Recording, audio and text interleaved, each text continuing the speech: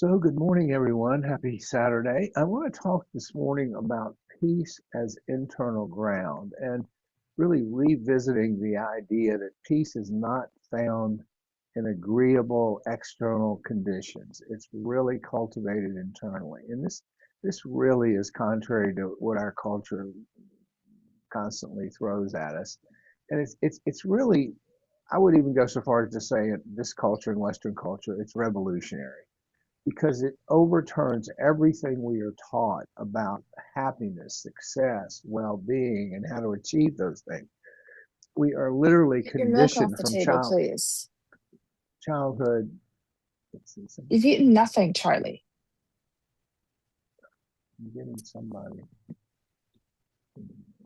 Um, we are literally conditioned from childhood to believe that if we can arrange the world properly, if we can stack things up the way we need them, the right job, the right relationship, the right home, the right physique, that peace will follow from that.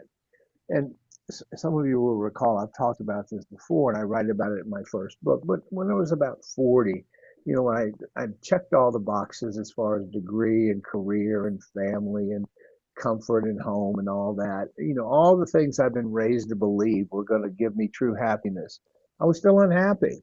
And I thought, boy, someone has really sold me a bill of goods here. What's the deal? Is this some sort of great cosmic joke? But my experience, it was a real wake up call, I'll tell you that, and it revealed to Okay, me put that the.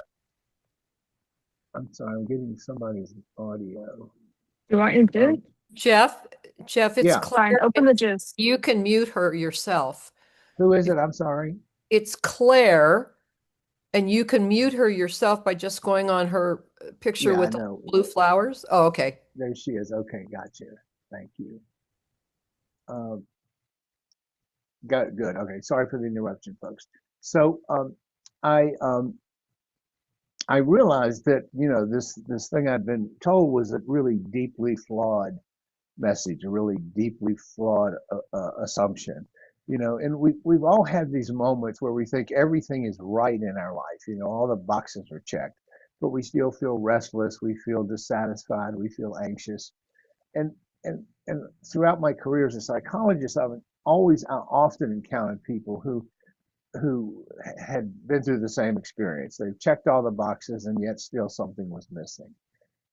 Alternately, I've encountered people over the years who maintain remarkable equanimity, even under extraordinary, difficult external life circumstances. And the difference between these two had nothing to do with their external lives. It had nothing to do with what was going around them. It had to do with the internal ground from which they met life. And so to say that peace is an internal ground is not to say it's a feeling. Feelings come and go. It is a fundamental and foundational teaching in Buddhism. It is that the stable awareness that exists beneath the turbulence of this emotional weather. Let me repeat that. It's the stable awareness, it's the grounding that exists beneath this turbulence of the emotional weather that's constantly surrounding us. I love here the metaphor of the ocean floor. On the surface, the waves are crashing. You've got 40-foot waves and storms, and sometimes the waves are gentle, sometimes they're violent. They're always changing, but the floor of the ocean remains steady. You go deep enough, and it's just very calm. It doesn't resist the waves. It's just not disturbed by them because there is a depth there. And cultivating peace as an internal ground really means developing a relationship with that deeper layer of our experience. The awareness, that deeper awareness that can hold both joy and sorrow without being swept away by either. Hold both joy and sorrow so that we're not clinging to the joy and pushing away the sorrow. And this is where this concept of resilience, which we also call equanimity, really becomes essential. Modern psychology calls it resilience, but it's really synonymous with equanimity. And in this context, I'm not talking about gritty, teeth clenching, white knuckling endurance of which our culture often celebrates as that tough resilience. I'm talking It's not about powering over adversity or suppressing pain. True resilience is the capacity to stay present, to fully show up, regardless of whether the external circumstances are agreeable or disagreeable. Now, I will concede this is a tall order. This is a goal, this is an aspiration. We work toward this. We don't just flip a switch. But this is what the Buddha referred to as equanimity, the willingness to be with whatever is happening, what is actually happening, rather than what we wish were happening. Okay. And this distinction between being with what is actually happening and rather than what we wish were happening is an enormously important distinction. When we are only willing to show up for the pleasant moments, we're living half a life. Not say that we like the other stuff. We spend our energy chasing comfort and fleeing discomfort. And in this constant chase, we miss the fullness of being alive. That was the Buddha's message. Show up for all of it. The Buddha's teaching on the nature of suffering offers us this practical framework for why this is so. He observed that suffering arises not from the pain itself, which we talk about here all the time, but from our relationship to the pain. Specifically from our habitual tendency, our default tendency, if you will, to cling to pleasure and push away or run from displeasure. Not as some abstract philosophical claim, but as an observable phenomenon that each of us can verify in our own experience any moment of the day. Just tap into it, touch into it, and we can see it. Notice what happens when we encounter something pleasant, a beautiful sunset, a compliment, a delicious meal. We want it to last. We want to hold on to it. There's an immediate grasping that just arises reflexively that we have to notice, a desire to hold on to make it last. And if we don't notice it, it'll just take over. And then when it ends, we will suffer. And then alternately, notice when we encounter something unpleasant, a rude comment, or our good old-fashioned traffic jams we talk about all the time, a headache. There's this immediate aversion to get away, to escape, to make it stop. The grasping on the one hand and the aversion on the other is the fundamental reactivity that keeps us in constant movement. It is that default reactivity, okay? One of my favorite Buddhist teachers that I often reference, Stephen Batchelor, he sort of, I consider in one way, one of the godfathers, if you will, of secular Buddhism, defines nirvana as the absence of reactivity. We're not clinging to good stuff and pushing away the negative. And this is the crucial insight which is embedded in all the teachings of practical Dharma that we talk about here. We tend to conceive the world and experience the world through our senses, which make us reactive if we're not paying attention, because our senses are by their nature oriented outward. It's how we see the world. They detect changes in the environment, sight, sound, smells, taste, textures, and our minds immediately evaluate that sensory input. Is it pleasant? Is it unpleasant? Or is it neutral? We make those without even being conscious of it. We're constantly making those distinctions. But that just triggers a cascade of reactions. We lean toward what feels good and we pull back from what feels bad. Not as a moral failing. It's a deeply grained biological mechanism that evolved to keep us alive. Let's don't demonize it. But in the modern world where our survival is rarely at stake in the same way it was for our ancient ancestors, in any given moment, this mechanism runs unchecked and can become the source of tremendous suffering if we're not noticing it, if we're not paying attention to it, and if we're not practicing in a way that helps us manage it skillfully. The reactivity keeps us constantly in motion. And when we discover that, when we begin to pay attention to it, it is a profound observation. Because when we are reactive, we are never still, we are never quiet, we are never fully at peace. And I don't mean physically still. I don't mean buzzing around the house. Where, we can sit perfectly motionless and be in a state of furious internal agitation. We can be sitting there and just be incredibly moving inside with all this psychological noise. Because if we're not paying attention, we are always reaching for the next pleasant experience or bracing against the next unpleasant one. We are planning, we are rehearsing, we are replaying, we are anticipating, we are what ifing. We are everywhere except right here in the present moment. So how do we do this? So all that's fine and good, but how do we cultivate what I'm calling today the internal ground of peace?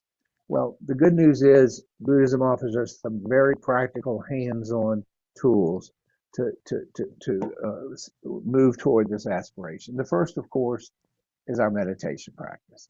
It's not about emptying our mind or achieving some blissful altered state, although there's certainly that aspect to it. It is, at its most fundamental level, the practice of paying attention to what is happening right now without trying to change it, without trying to cling to it. When we sit in meditation and simply observe our breath, we are training our minds to rest in present moment awareness. Just think about that. That is such a powerful experience. When thoughts arise, and they will endlessly, we notice them. We don't grab onto them or push them away, and then we return to the breath. We do this again and again and again. And this simple act, repeated over months, years, thousands of times, gradually builds the capacity to observe our experience, pleasant or unpleasant, without being hijacked by it, without being swept up in it, without relinquishing our agency to it. We begin to see our reactions as events of the mind rather than as commands which we have to obey. Simply events, simply thoughts, simply a phenomenon we can observe. So that's number one. That's fundamental to this path. Secondly, we cultivate equanimity. And this is the quality of mind that can meet all experience with balance. It's not indifference. It often gets mistaken for that. But indifference is shutting down. It's a refusal to engage.